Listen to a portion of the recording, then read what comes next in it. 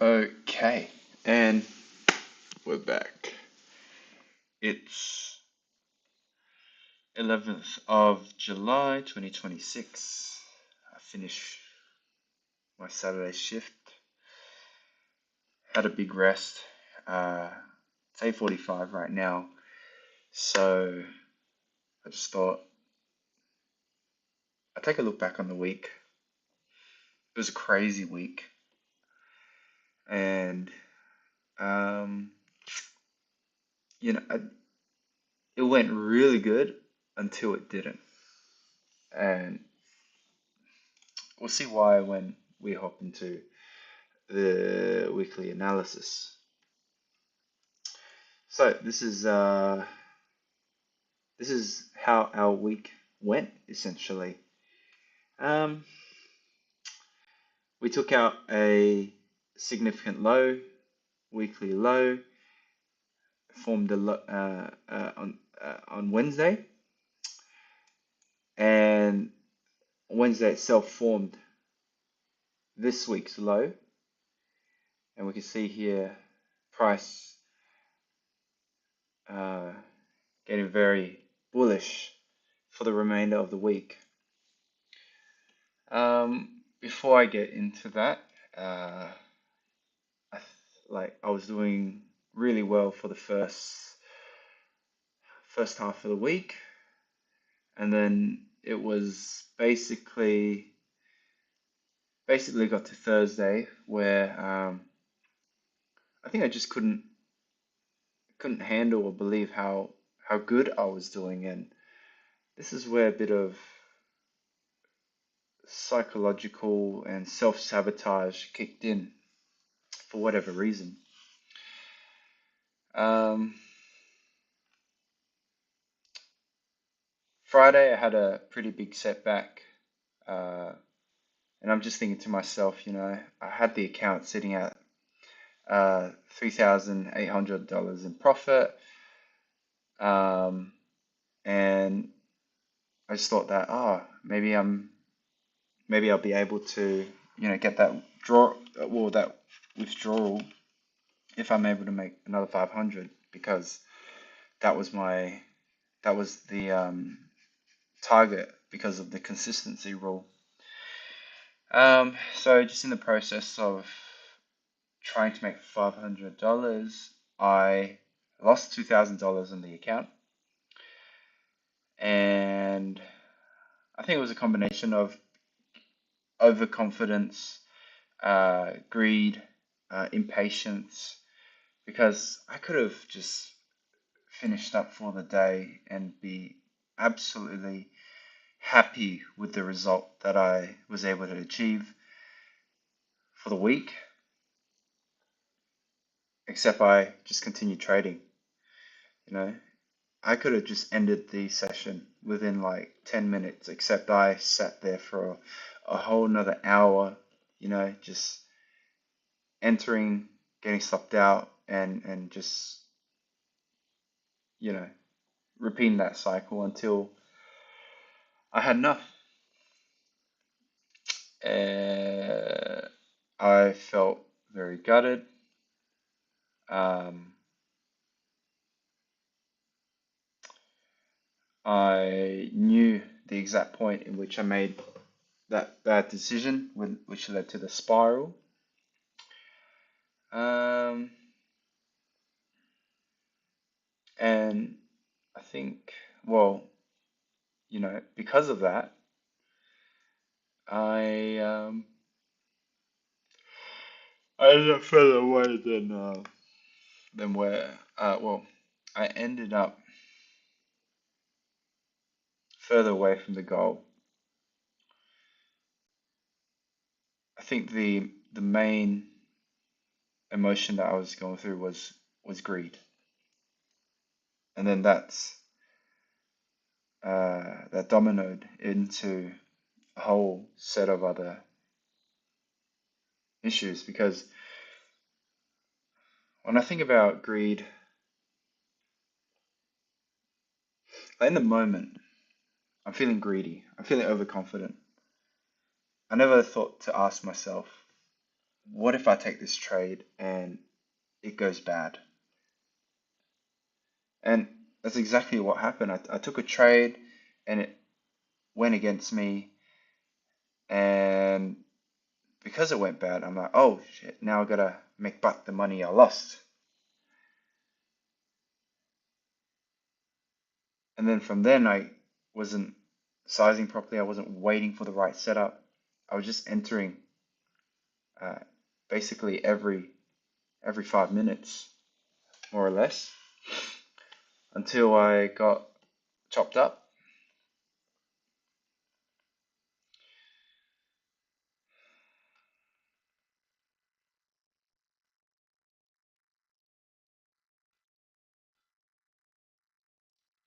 And then basically Friday happened. That was yesterday. On Thursday I was maybe around this point in time I was up at $3,800, really happy, on top of the world. And then by like 11 a.m. New York, I was just gut wrenched, like just sick with myself, to be honest. And as much as I hated and was very reluctant to do so, I locked myself out of the account and then was forced to wait another day to trade. And then came Friday, and again it was just really tough. I somewhat had a bias, but yes, there were a lot of impatience and uh, to make that money back. Again, I wasn't waiting for the setup to occur, and it's pretty tragic. I basically wanted to take shorts here. Um, I entered around here, got stopped out, and then just come past 10 o'clock, and about 10:30 we just get this massive just purging candle. We see how quickly it wicked down. It literally happened in a flash, and I had a like stop loss set down here, which I didn't close. Hit that, and you know took me out for another $500 loss or something. So, from $3,800 in profit down to only, I think it's about $400. But realistically, we have $300 to play around with. So, most likely, going to next week, I mean, preferably, I'd like for it to go from 300 back to 1,000, and I'll slowly crawl my way back up to um, my target, which is about $4,300. But just based on past experience, it's wishful thinking. I've never done it before, so you know don't have too much confidence in it. But it could be a chance for me to prove you know my trading skills. If I'm able to somehow, and I think it'd be a bit of a miracle to actually you know take this $300 that I can risk back to 1,000, back to 2,000, back to 3,000. It will be a bit of a process, and I'm just trying to gather how I can approach this, because I don't think my ability to analyze the market is the weak point. That's my strength. That's everyone's strength, to look at the market, be like, oh yeah, I can draw lines on the chart, but then when it comes to just being in the moment and yeah, like uh, I'm in this.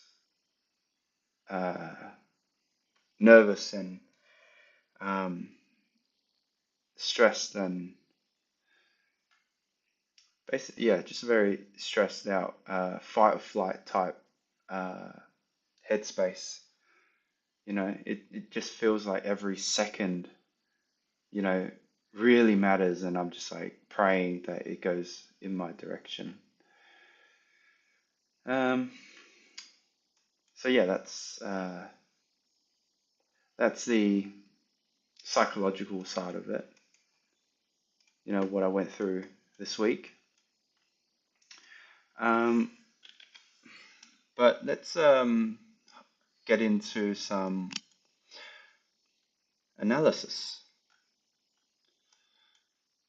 So let's start off with Monday, price action.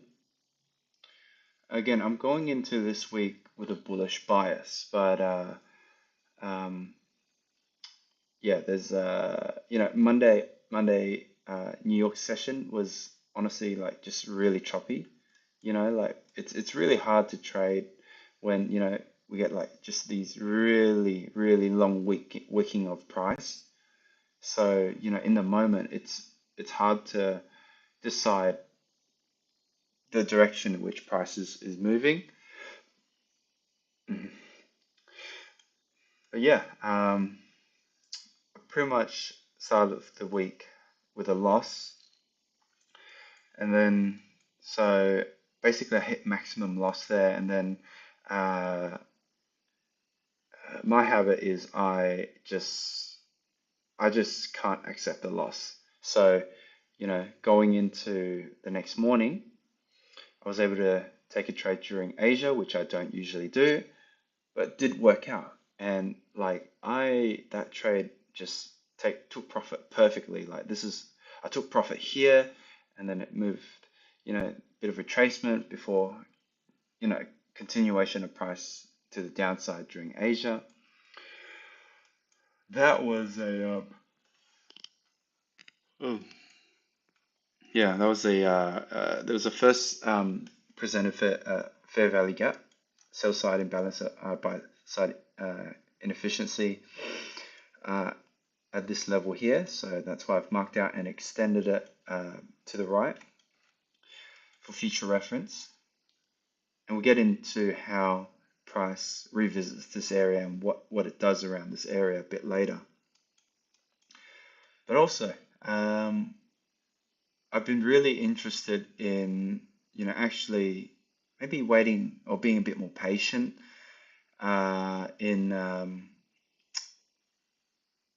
waiting for, the first half an hour of market to play out, and then taking some sort of 10 a.m. Trade. But Monday morning that was really difficult. 9 a.m. We keeping in mind like what I'm always looking for is some sort of manipulation before price distributing.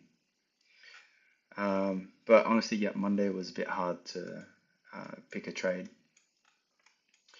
So I think we essentially broke even during the Asia session. Yeah.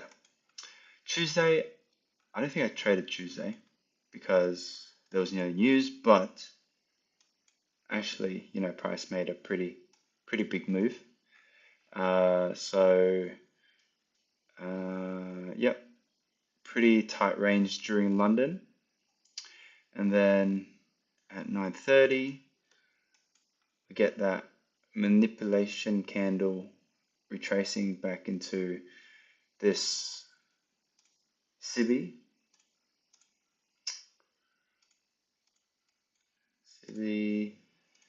and then just absolutely showing price basically showing its hand.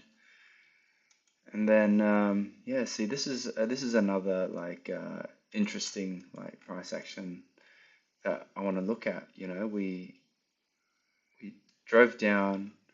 We didn't. We went. Well, price wasn't able to reach the this area of liquidity, which was a target for me, this weekly low. And So we get a bit of a big retracement, and if we have a look at this is the Fibonacci, and this is the first time I'm seeing it as well. It's traded back into optimal trade entry, which is crazy. Like, I can't believe how precise that is. Yeah, before we down, and then market closing, and then again during Asia session it revisits the optimal trade entry. I don't use Fibonacci too often. It's not necessary for my strategy and what I'm looking for, but it's always interesting to see when like your eyes can just pick it out like quite easily. Yeah, like I said, I don't use it too often, but it's just interesting to look at. Um, and then yes, yeah, this is something that I didn't mark out. This new day opening gap. Didn't really pay attention, to be honest. So that we're gonna do a new day opening gap here, and let's see what price does here. Asia moving back to optimal trade entry, moves down, moves up, creating a lower high. Again, optimal trade entry, and then we see price break below there and continue moving further down. Then this is something that happened during London, which is crazy. Price. We can see a change in state of delivery, trace back up into new day opening gap, and then just absolutely dump during London session. And that's where this aggressive price run down. This is what the market wanted to do to take this area of liquidity out. So we get a really strong push down during London, and from there it was clear to me that once we've taken out that area of liquidity, we're going to see price moving upwards. So this is essentially A plus conditions for me. We waited until New York open, and I think it was quite easy to find an entry where we what we did here was I took two trades, one about 400 ticks and just another quick scalp, and I profited about 1500 just on this day alone. Closed the trade, happy days, and then wanting to move on to the next session. But yeah, what I've noticed here again, 10 a.m. hour, usually a reversal or continuation. But this is, I should have paid attention, to be honest, that I didn't mark this level out, the new day opening gap. So, I didn't know what the target was, and, I really wanted to see price, move towards these London highs, but there was some resistance at this level because of the new day opening gap. So price was easily drawn up to there, but we get a retracement during the 10 o'clock hour up until about 11:30 and into the afternoon session. That's when we got another continuation back up and reaching those London highs eventually around 1 p.m.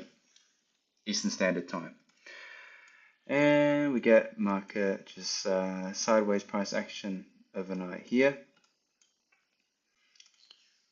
And then we're well and truly into the buy program for price. Going into Thursday session, again, just with a bullish bias. 9:30, we see that candle wick down, tapping into the BISI formed pre-market, and price driving up higher. 10 a.m. price absolutely dumps, right? Retesting again this area, this inversion fair value gap.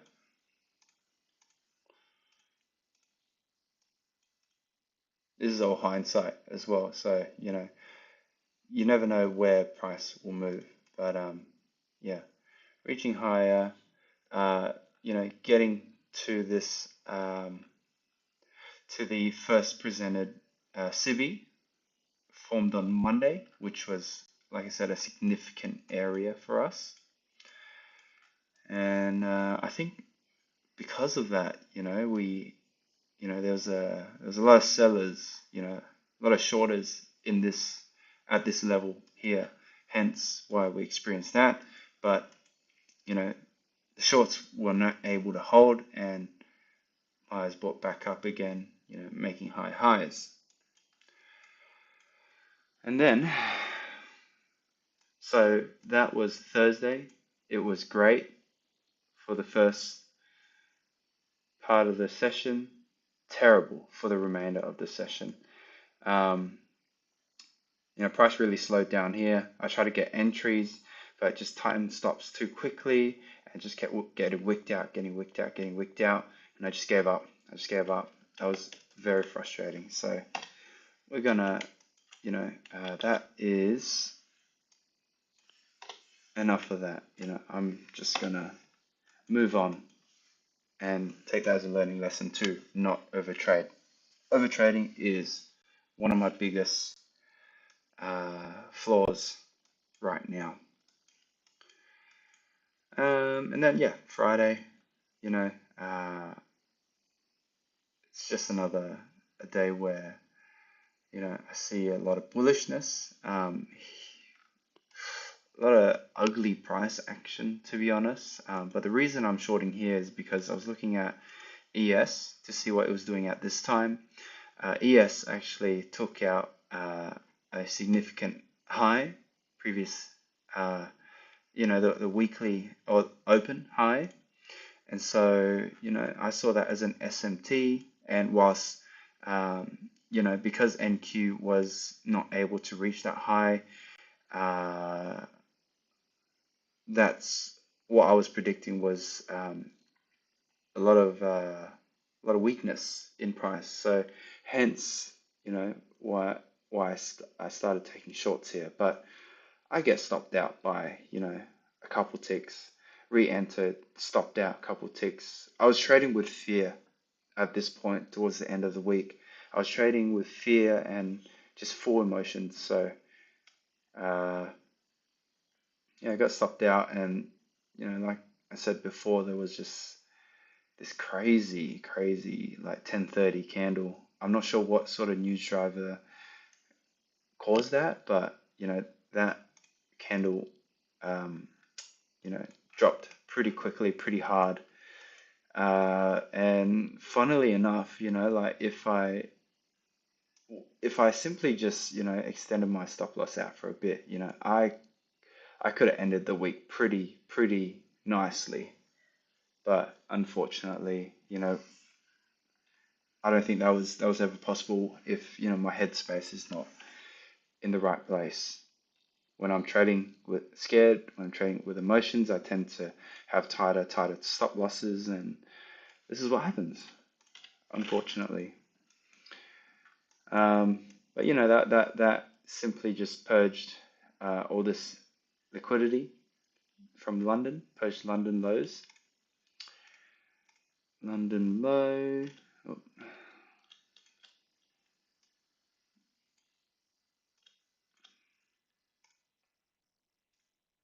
no,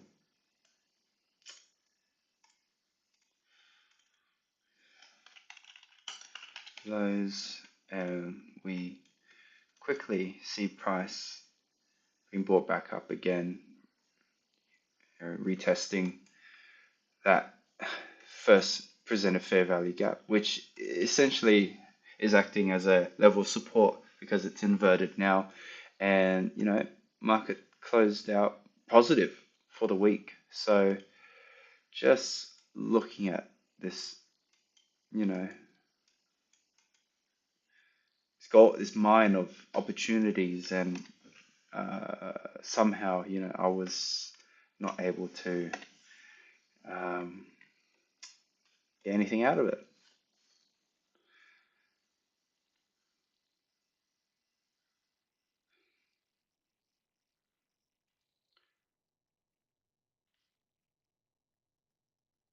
I'm looking at this, and again, in hindsight, and it's just a reminder to myself, like after that loss on Thursday, I'm thinking to myself, man, like, I'm not going to get price action this good. I'm not going to get uh,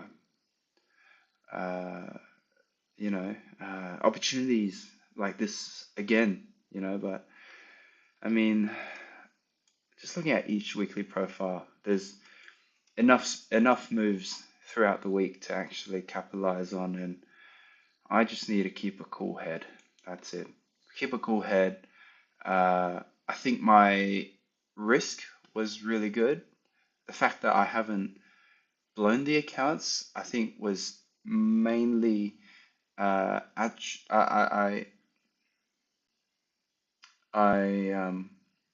attribute that to uh, using only 5 micros. That has essentially solved, you know, uh, my the blowing accounts part within like 1 or 2 days of getting funded. Now it's just a matter of not over trading. So, I go into each week with a goal, and um, yeah, having kept my to a maximum limit, and I use the maximum limit of 5 micros. You know, in a way, it's saved me, right? And I can see the power in using lower sizes, but now it's about actually reducing my trade frequency. So that's just gonna be another focus for the coming weeks. So, I'm not giving up. I learned something from this week, so valuable. I don't learn unless I fail, unless I make mistakes. Um, so, I'm happy to go through the process of this, because I know that if I do blow the account next week, I'm just gonna buy another 5 accounts and just keep trading. Like, it's not an option. It's that's all I know to do. I've committed this much time to it. The upside, the potential is there. Um, so yeah, I'm not giving up. I'm not giving up.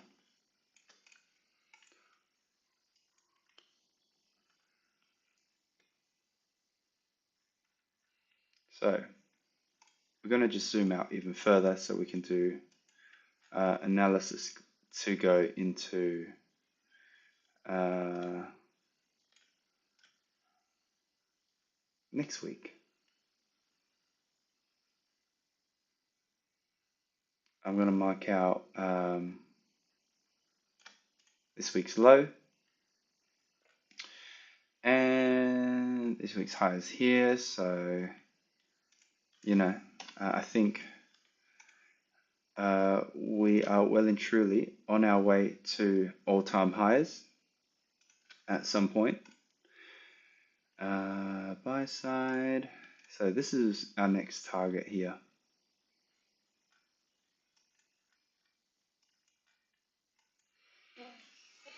See, 4-hour fair value gap here. or our BISI. So we'll see. We'll see.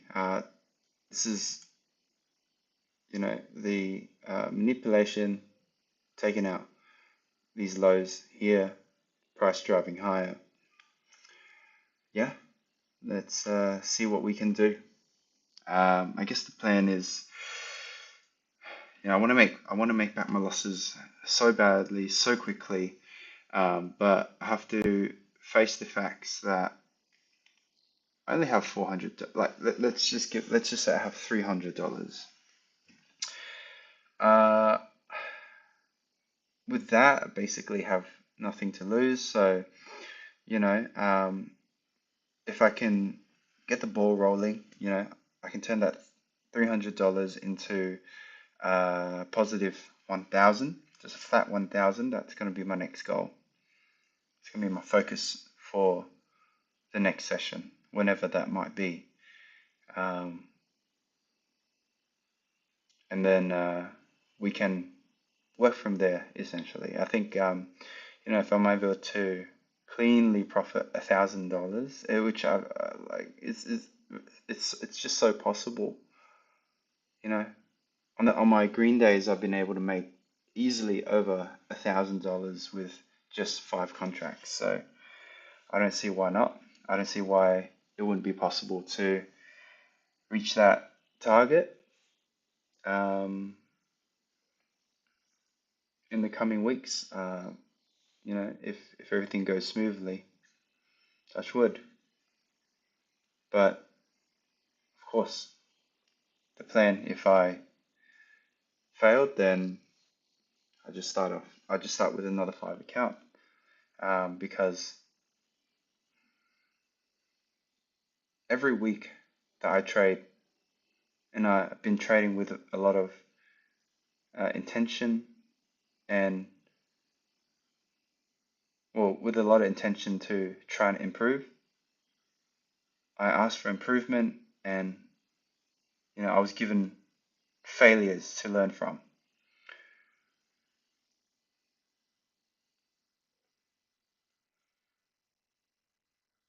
I'd do it all again next week. No giving up.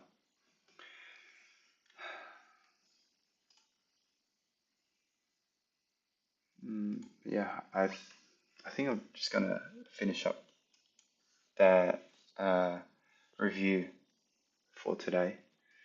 Gonna take my mind off the charts for some time, and then we'll be back on Monday.